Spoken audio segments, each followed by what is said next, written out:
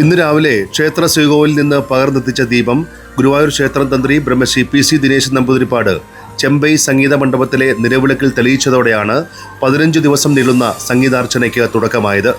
ക്ഷേത്രം അടിയന്തര വിഭാഗത്തിലെ നാദസ്വരം തവിൽ കലാകാരന്മാർ മംഗളവാദ്യം മുഴക്കി.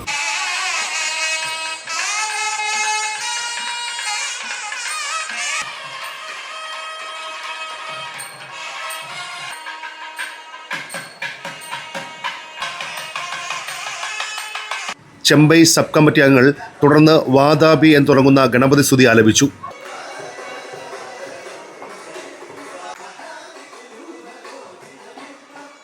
Professor S. ഈശ്വർ വർമ്മ വയലിനിലും N. ഹരി മൃദംഗത്തിലും പക്കമേളമൊരുക്കി. തുടർന്ന് തൃശൂർ അയ്യന്തോൾ സ്വദേശി അദ്രിജ സിബിയുടെ കീർത്തനത്തോടെ സംഗീതാർച്ചന ആരംഭിച്ചു.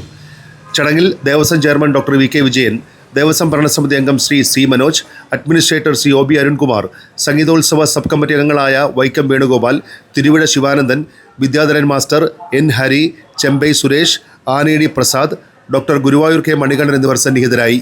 ഇനി 15 രാപ്പകലുകൾ ഗുരുപവനപുരി സംഗീത സാഗരത്തിലാറാടും. പബ്ലിക് റിലേഷൻസ് വിഭാഗം, ഗുരുവായൂർ ദേവസ്വം.